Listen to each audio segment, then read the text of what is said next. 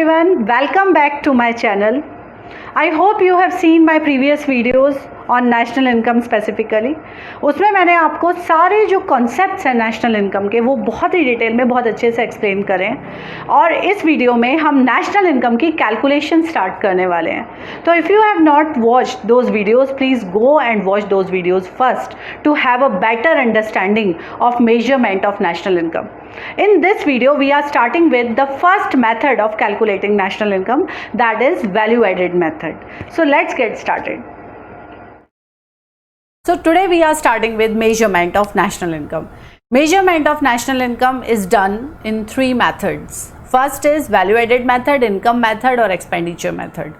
आपको ध्यान होगा कि फर्स्ट जो लेक्चर था circular flow of income, national income का, उसमें मैंने आपको ये बताया था कि इनकम का सर्कुलर फ्लो इकोनॉमी में हमेशा चलता रहता है, बस फेजेस चेंज होते रहते हैं. तो तीन फेजेस मैंने आपको एक्सप्लेन करे थे, प्रोडक्शन फेज, इनकम फेज और expenditure phase. In the same way, we also calculate national income by three methods. Value added method, which is also known as output method or production method. Second is income method and third is expenditure method. In this video, we are learning about value added method. So today we are starting with the first method to calculate national income, that is value added method. Value added method is also known as output method or production method. Before starting with this, I just want you to know what is value added. Value added का मतलब होता है value addition done by the producer. For example, producer ने कुछ raw material और inputs खरीदे, उसमें कुछ अपना काम किया और उसे मार्केट में सेल कर दिए. तो जो उसने अपना काम किया, ट्रांसफॉर्मेशन किया, ठीक है, उसकी जो मार्केट वैल्यू है that is called value added. तो प्रोड्यूसर ने रॉ मटेरियल खरीद के जो वैल्यू एडिशन किया उस रॉ मटेरियल में to sell in the market, that is called value added. Let's understand it with the example. Suppose एक बुटीक है जो सूट्स बनाते हैं, ठीक है. अब उन्होंने रॉ मटेरियल खरीदा सूट बनाने के लिए 5000 रुपीज़ का. तो उन्होंने इनपुट्स खरीदे to make suit of 5000 rupees. 5000 rupees के इनपुट खरीदे, उन्होंने सूट मैन्युफैक्चरिंग करी, प्रोडक्शन किया, तो सूट को उन्होंने मार्केट में बेचने के लिए लगाया और उस मार्केट की उन सूट्स की मार्केट वैल्यू उन्होंने लगाई सपोज रुपीज़ 12,000 रुपीज़, ठीक है. तो 12,000 rupees minus 5,000 rupees that would be 7,000 rupees, that is called value added. Value added मतलब value addition done by the boutique, the producer, after buying the raw material, ठीक है. तो raw material 5000 का खरीदा, market में वो सूट्स उसने बेचे 12,000 के और 7,000 उसने अपने काम की वैल्यू लगाई. जो भी उसने प्रोडक्शन किया, मैन्युफैक्चरिंग करी सूट्स की, उसकी उसने वैल्यू लगाई 7,000. So that is called value added. इसको अपन इस फॉर्मूला से अंडरस्टैंड करते हैं. Value added is equal to value of output minus intermediate consumption. तो वैल्यू ऑफ आउटपुट मतलब सूट्स की मार्केट वैल्यू क्या थी, 12,000 रुपीज़, और उसने जो इनपुट्स खरीदे उसकी वैल्यू क्या लगाई, 5,000 रुपीज़. तो 12,000 minus 5,000 that would be 7,000. 7,000 is the value addition done by the boutique और द प्रोड्यूसर. अब नेशनल इनकम निकालते वक्त हम जितनी भी गुड्स एंड सर्विसेज एक साल में प्रोड्यूस हो रही हैं इकोनॉमी में, जितना भी प्रोडक्शन हो रहा है गुड्स एंड सर्विसेज का, उन सारे प्रोडक्शन का वैल्यू एडेड निकाल लेते हैं. और value addition done by all the producers in the economy in one financial year, sum total of that is called national income by value added method. ठीक है. Let's understand the definitions of all these three concepts: value added, value of output और intermediate consumption. Value added का मतलब होता है value added refers to addition of value to the raw material, intermediate goods by a firm by virtue of its production activity. तो जो भी production activity वो firm कर रही है, जो भी value addition कर रही है inputs में, raw material में, तो that is called value added. Value of output बता ही दिया मैंने आपको, market value of the goods produced. तो value of output refers to market value of all goods and services produced during a period of 1 year. Intermediate consumption refers to the expenditure incurred by production unit on purchasing those goods and services from other production unit which are meant for resale or for using up completely during the same year. इसको आप simple way में ये समझ सकते हो कि जो भी इनपुट्स खरीद रहा है प्रोड्यूसर, जो भी इंटरमीडिएट गुड्स प्रोड्यूसर खरीद रहा है, उस पर जो खर्च कर रहा है that is called intermediate consumption. So value added का फॉर्मूला हुआ value of output minus intermediate consumption. अब एग्जाम में इतना सिंपल क्वेश्चन तो आता नहीं है कि वैल्यू एडेड निकालना है और आपसे बोला कि वैल्यू ऑफ आउटपुट दे दिया आपको और इंटरमीडिएट कंजम्पशन दे दिया और आपसे कहा कि वैल्यू एडेड निकाल लो। इतना सिंपली तो पूछेंगे नहीं। 6 मार्कर आता है इसमें कैलकुलेशन का और that generally in very much detail. तो आपको इसमें हम फर्दर इसके डिफरेंट फॉर्मूला के हम इसमें लर्न कर रहे हैं। पहला फॉर्मूला मैं आपको ऑलरेडी बता चुकी हूँ। Again I am relating it with the same example, value added is equal to value of output minus intermediate consumption. तो अभी अपन ने जो सूट्स का एग्जांपल लिया था, वैल्यू ऑफ आउटपुट सूट्स की क्या मार्केट वैल्यू थी 12,000 और उसमें रॉ मटेरियल प्रोड्यूसर ने कितने का खरीदा था 5,000 का, तो वैल्यू एडेड आ रहा था 7,000। कई बार एग्जाम में वैल्यू ऑफ आउटपुट डायरेक्टली नहीं दिया होता है, इसकी बजाय वो वहाँ पे देते हैं sales plus change in stock. What does it mean? Instead of telling you कि 12,000 का प्रोडक्शन हुआ, वो आपको बताते हैं कि उसमें कितनी सेल हुई और कितना स्टॉक में प्रोड्यूसर के अभी भी पड़ा हुआ है बिना बिका।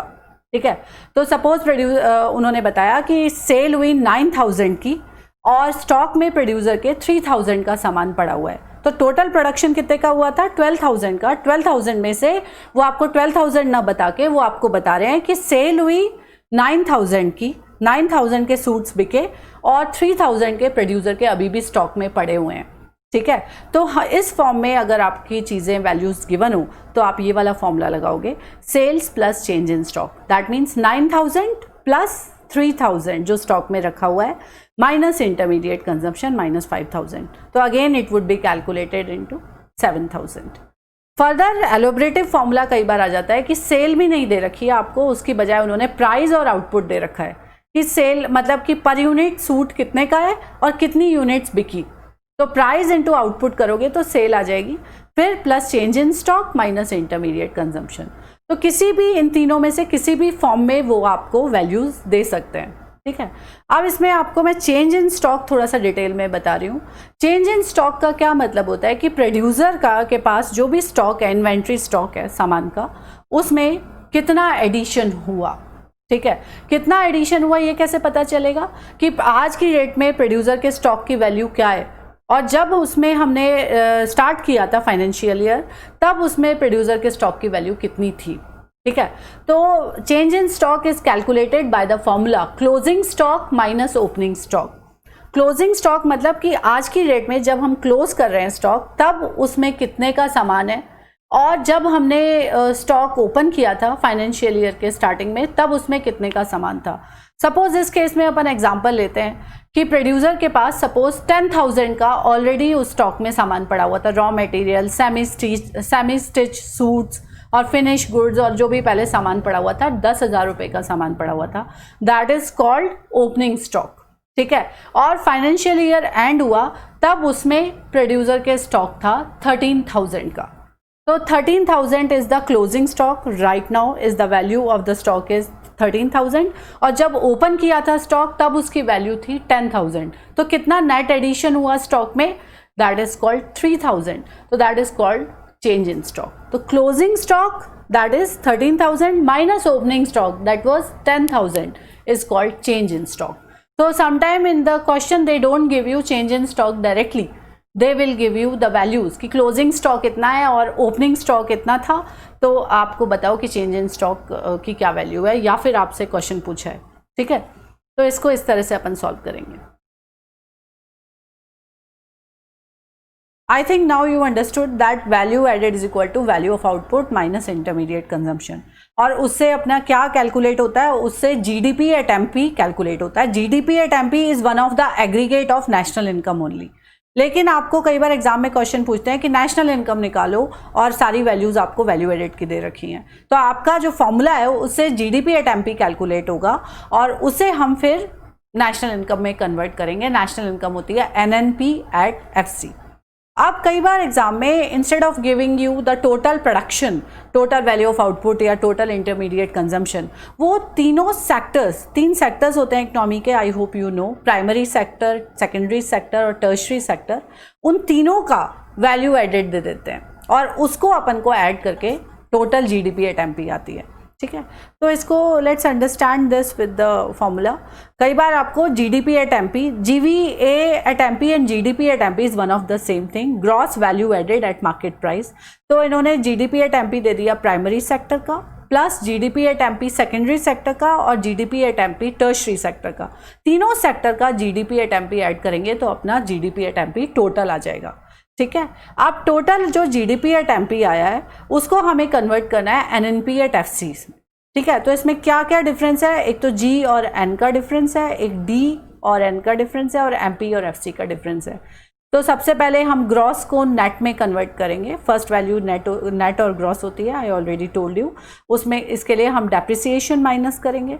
उसके बाद डोमेस्टिक को नेशनल में कन्वर्ट करने के लिए एनएफआईए प्लस करेंगे और एमपी को एफसी में कन्वर्ट करने के लिए एनआईटी माइनस करेंगे। तो 3 स्टेप में ये कन्वर्ट हो जाएगा GDP at MP, NNP at FC में। अब ये जो नेशनल इनकम यूनिट है ये एग्जाम में 10 मार्क्स की आती है। अब 10 मार्क्स में से 6 मार्क्स का तो न्यूमेरिकल आ जाता है ज़्यादातर, और जो बाकी के 4 मार्क्स हैं उसमें वो कोई भी थ्योरी क्वेश्चन पूछ रहे हैं। तो और जो मैंने लास्ट कुछ ईयर का ट्रेंड देखा है तो उसमें मैंने देखा है कि दे आस्क प्रिकॉशंस। ठीक है, तो we can't take it lightly, precautions भी अपन को लर्न करने हैं। दूसरा, इनको लर्न करने का बेनिफिट ये है कि आपको थोड़ी सी इसमें कॉन्सेप्चुअल नॉलेज हो जाती है और आपको पता चल जाते हैं बेसिक कॉन्सेप्ट्स नेशनल इनकम के, क्योंकि इस पे बेस्ड भी क्वेश्चन आते हैं कि क्या ऐड होगा। दे गिव यू सम और other good and service and they ask you कि भाई ये ऐड होगा नेशनल इनकम में और या नहीं। ठीक है, तो ये कॉन्सेप्चुअल नॉलेज के लिए आपको प्रिकॉशंस पढ़ना बहुत इंपॉर्टेंट है। So let's get started with the precaution. First is intermediate goods are not included in national income to avoid double counting. ये कह रहे हैं कि जो भी इंटरमीडिएट गुड्स होती हैं वो नेशनल इनकम में ऐड नहीं होती हैं। ये अपन ने अभी भी पढ़ा था कि केवल फाइनल गुड्स ऐड होती हैं, इंटरमीडिएट गुड्स ऐड नहीं होती हैं, डबल काउंटिंग को अवॉइड करने के लिए। Second is sale and purchase of second hand goods is not included as they were included in the year they were purchase. Suppose एक पर्सन है, उसने कार खरीदी 5 लाख की और अगले साल उसे वापस बेच दी 3 लाख की।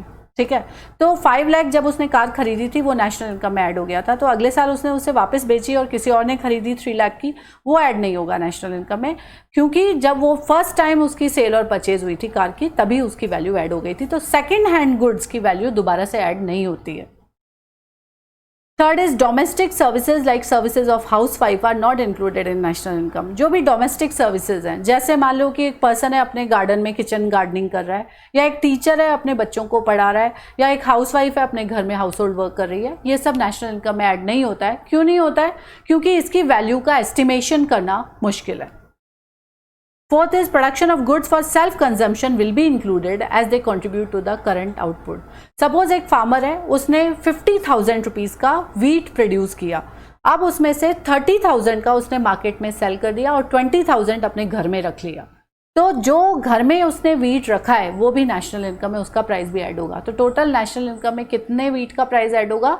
50,000 का। तो जो उसने खुद भी यूज़ कर लिया which is called self consumption, that also would be added, क्योंकि उसको प्रोड्यूस करने के लिए फैक्टर सर्विसेज जनरेट हुई थी, flow of good and services हुआ था।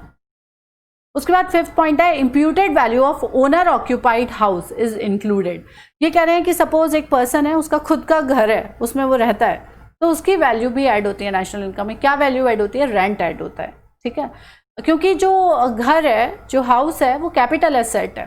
ठीक है, तो उसका रेंट नेशनल इनकम में ऐड होता ही होता है। So let's test what we have learned till now.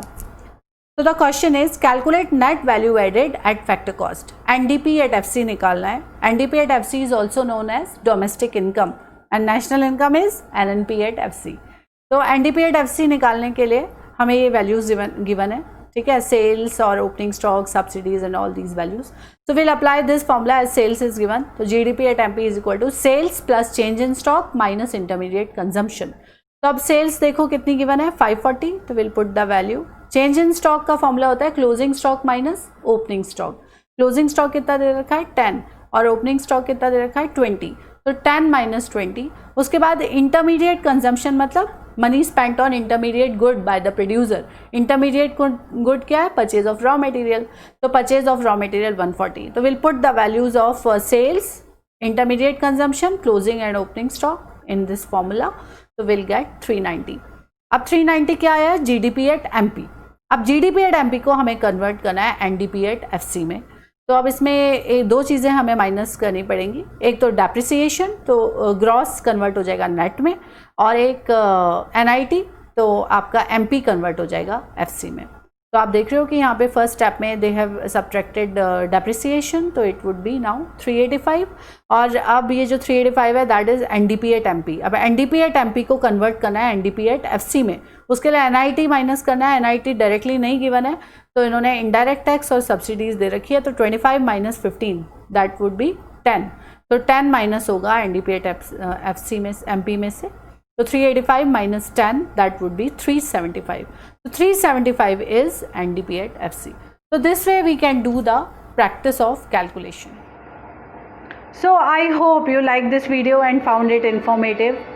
And I truly believe if you watch this video properly, you would be able to do the calculation of value added method of national income very easily. So if you found it useful, kindly like, share with your friends and subscribe to my channel. And don't forget to hit the bell icon. Thank you.